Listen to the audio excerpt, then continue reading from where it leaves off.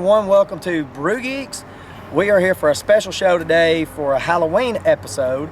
We're at the Ritz Theatre here in Gadsden, Alabama, and we have Mike with the Ritz Theatre. Mike, tell us what you do here.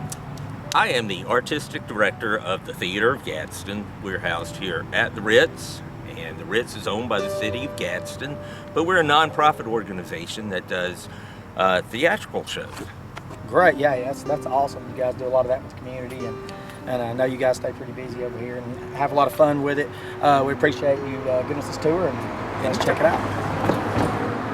All right, yeah, and we're here with Mike and Brandy. Like I said, this is actually Brandy is on our channel, of course. She just started up with us, and she's actually been working with the Theater of Gadsden, and she's had a lot of these experiences. The reason why we're here today is because we've heard this place is haunted, and it's actually one of the top haunted places in Northeast Alabama. And we just want to be able to come check this place out. Plays in a lot in with Halloween, and just kind of want to give you guys a little bit of the stories. You guys got some great stories you kind of told me already, so we're just going to let you guys tell your stories. Tell you what, I'll start out. This was, at one time, the box office where folks stood in line to get their tickets before they went inside. Except this box office was only for white people. If you were a person of color, you went in over here. Over here, there was no concession stand. Over here, you went to the top of the balcony to what were supposed to be the worst seats in the house, and you didn't even get padding in your seats. So that's just a little bit of history of how nasty things were at that point in time after this place was in business as a movie theater. In 1964, the Civil Rights Act passed, and it said that you couldn't segregate like that anymore. So rather than integrate the downstairs, the owner of the theater just shut down. Okay, Mike, so this place has got a lot of history here. Tell us a little bit more about this history. You talked a lot of segregation, how a lot of that kind of came about. Tell us a little bit about how this plays into the theater. Besides, I seen you talking about the entrance. Tell us a little bit more about that. Well, the part we're in right now was the first part that was built. It was one-story place about half as long as this building is now, and it was built as a grocery store in 1924. Then 10 years later, the movie theater company purchased the property. They used the existing structure, built the Ritz Theatre. There were a lot more seats in it then because they didn't have to have room for a stage. So there were 16 more rows of seats than there are now. Oh. Down here, where we're walking, is where the white folks sat. Okay. And up in the balcony, up above us, not the front of the balcony, but the back of the balcony, is where the black folks had to sit. Okay. Wow, so hard times. Real hard times. Really.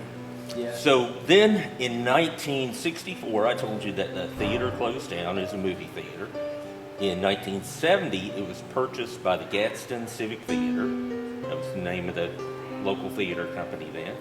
And they built a stage and turned it into a live theater performance space. Wow. Wow, so a lot of history in this building. Yeah. A lot of history.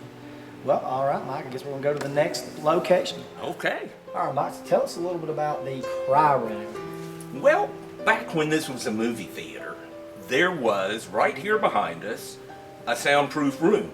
It had 2 rows of seats, it had speakers in there, but you could make noise in there and not be heard out here in the audience.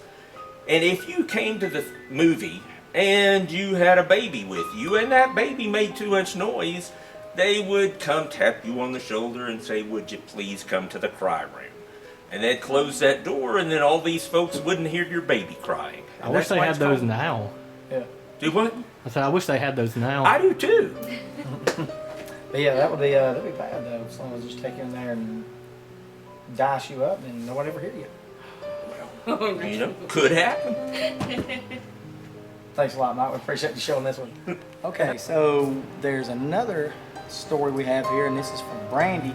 Brandy has worked here many times, and she's actually worked up here. So Brandy, why don't you tell us a little bit about the story that you have from up here? Okay, so we're in the balcony. We're sitting at the light board, the tech booth, and during a performance, there'll be technicians up here who are running the lights and calling the cues, and they're communicating with the people backstage. But during the shows, the balcony behind us here is black, totally dark. There's a little bit of light right now, but there's not during the shows. There's light filtering in from downstairs right now, but there have been many times when I have been sitting here during a show and you just get this overwhelming feeling that there's somebody behind you. Like, you're just sitting there telling yourself, I can't turn around, because if I turn around, there's going to be somebody looking over my shoulder. So it's a really creepy feeling just to sit here, and you try to focus on what's going on stage, which you're paying attention to that anyway because you're doing all the cues, but you just keep your eyes like hyper focused on downstairs because you can feel a presence up here behind you. Wow, yeah, you don't want to be up here alone. No. You are, but you probably are up here most of the time by yourself. Sometimes you are. I mean, there's usually like 2 or 3 people up here because, you know, there's somebody that calls the cues, it's on the headset with the people backstage, and then somebody running the light board. So there may be 2, 3 people up here at a time during straight plays. Now, during musicals, you can't see it right now, but the last few musicals we've done, we've had the orchestra up here behind us. So when the orchestra is up here, it's not so bad. But when you're the only ones up here and there's nobody behind you, it's just an overwhelming feeling. Wow. Well, I mean, that'd have to be terrifying. Look, what we're going to do is Brandy's got some other places she's going to show us that there's been some activity at. So we're going to go on to the next location, which is, you say, Backstage? Yes, let's go check it out. All right, so we are here backstage, and we're here with Brandy, who has worked a lot backstage and has pretty creepy stories about what she's experienced here. Oh, well, a lot of people have experienced stuff backstage. There's lots of stories of people getting touched, tapped on the shoulder, like whispers behind their back. Props go missing. I've been in shows where, I mean, you know, you would think like kids would play with props and stuff like that. I've been in shows where it was a cast of all adults, nobody that would be messing with anything, and props just disappear or end up on the opposite side of the stage than what they're supposed to be. I've had my kids tell me stories from last summer, the show that they did. The teenagers, there's 2 rooms up here. I don't know if you can see behind us. There's 2 rooms on either end of this balcony up here. And the teenagers used these as dressing rooms last summer.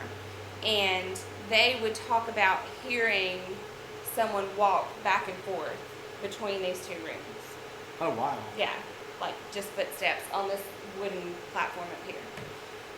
So there's that. There's people have seen apparitions backstage, lights, breakers turning on and off, just stuff like that.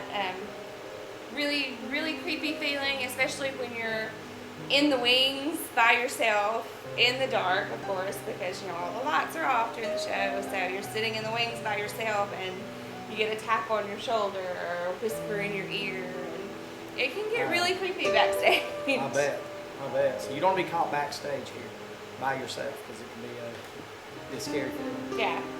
Well, hey, we do appreciate it. Thank you so much, Brandon, for showing us around. Maybe we're on to the next. Well, right here we're at the end of the road. Man, this has been pretty good. I mean, this tour has been amazing. You've got some great stories. This location just couldn't be any creepier. But you guys do a lot of shows here currently, and it's crazy that you guys work in this atmosphere and still just try to keep some kind of sanity. But some great stories, and you got the best one on the wall, so we're going to save the best for last. So Mike, tell us about it. We're here in the projection room. There were 2 giant projectors that sat in here, 2 big tall projectors. This is where the exhaust from the projectors went through to vent out on the roof because they produced so much heat. And back then, the projectionist was in charge of changing the reels in the middle of the film. And one day, folks were here watching a movie, came to you should not know when that reel changes Yeah, over. reel. It should just smoothly transition. First reel ended. Pew, pew, pew, pew, pew, pew, pew, pew, pew. Somebody came up here to see what was going on, and the projectionist was dead. Oh, wow. Wow. Sitting right there behind you Oh, wow. That's crazy. on the toilet. So the big story is that he haunts Fred. Fred. Okay. Fred. Fred haunts the upstairs of the Ritz Theatre. Oh, he can be seen anywhere. Backstage, downstairs, anywhere. He doesn't confine his spirit to this room. Wow. Wow. Great stories. Mike, look, we appreciate your time. Thank Thank you so you. much for having us here at the Ritz Theatre. And guys, if you're in the area of the Gadsden area, please come check these guys out and maybe you'll see Fred. Thanks, Mike. Thank you.